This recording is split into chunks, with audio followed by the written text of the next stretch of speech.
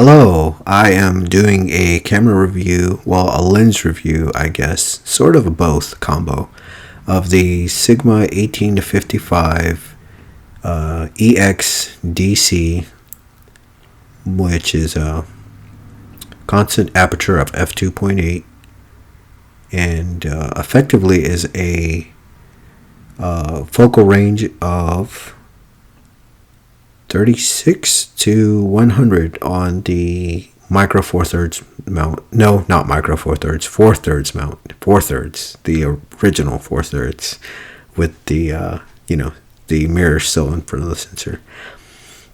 So this lens still sort of holds half its value.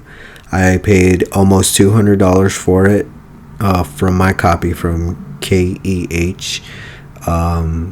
The lens, I could not find it anywhere else in the 4/3 mount.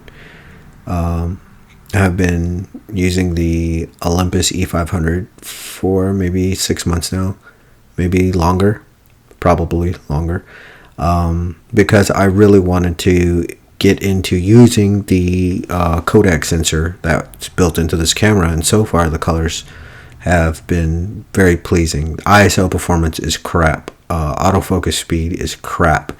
Manual focusing is difficult through the optical viewfinder.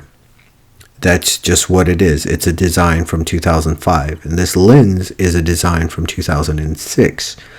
This lens was made by Sigma to accommodate the the APS-C lens size, but they made them out for 4/3.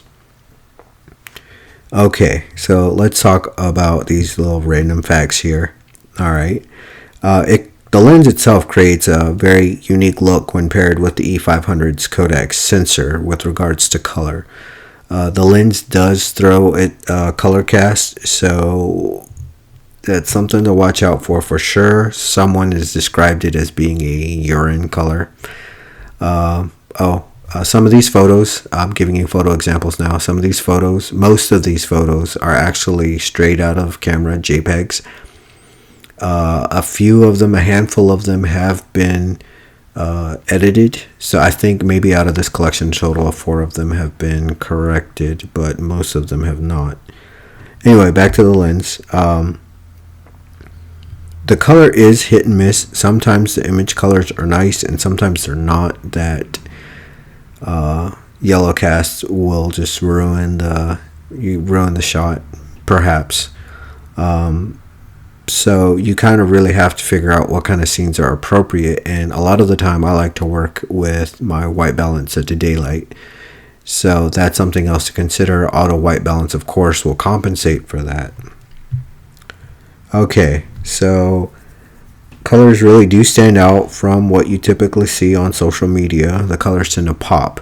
So I've posted a few of my photos, and maybe it's just all in my head and my imagination, but I tend to think that the colors and the images that I post look nicer than what you are gonna see compared to everybody else's. So there's that. Manual focus switch is super nice to flip. Instead of having to dive into the camera menu to switch to manual focus, you just flip that little switch and there you go, right? The best application is probably documentary work because of the focal range being 36 to 100 millimeters. So that's totally personal preference right there, but like for real, I think this would be a really good setup for documentary work, which is sort of what I had in mind when I got it. I don't typically use the really wide angle lens. I mean, I don't miss the 24 or 28 wide angle because I never really shot wide angle. The lens is heavy and substantial, so that is something to be aware of. On the E500, it sort of pulls the camera forward a little bit, is maybe a little bit unbalanced, but overall it's doable. I think on a lighter camera body it would not be good. The good stuff, it gives a unique look. It's not perfect, not totally rectilinear. There's a color cast, and the out of focus areas are a bit rough but nice. It gives it that old school camera look, if that's what you're looking for. True manual focus, it's not that focus by wire crap that everybody hates. A macro feature is not great macro, but it is pretty good because it gets closer than my other kit lenses that are Olympus. Front lens doesn't spin or anything for when you zoom or you focus, so that's good. It's the bad stuff. It's soft as shit, not fun to focus when in low light, with the autofocus being crap. Focus is not easy when using the wide angle. Requires a more critical focus when doing a shallow depth of field, but that's expected. Does not create much shallow depth of field as I want at the wide end, but that could be a good or a bad thing. It's heavy and clunky, no thrills, and no stabilization in the lens, and these cameras came with no stabilization in the body, so effectively I'm working unstabilized. Do I like this lens? Yes, I like this lens. Is it a bitch to work with? Absolutely, it's a bitch to work with. It requires you to be really on top of your game. So does this camera. It really requires you to be on top of this game. And when you pair these two, you have got to be careful and you've got to be spot on with whatever the fuck you're doing. And that's just how it is. But the reward is you get some nice colors from a Kodak sensor and a lens with its very own unique personality and characteristics. If you're looking for a technically perfect lens, this is not for you at all.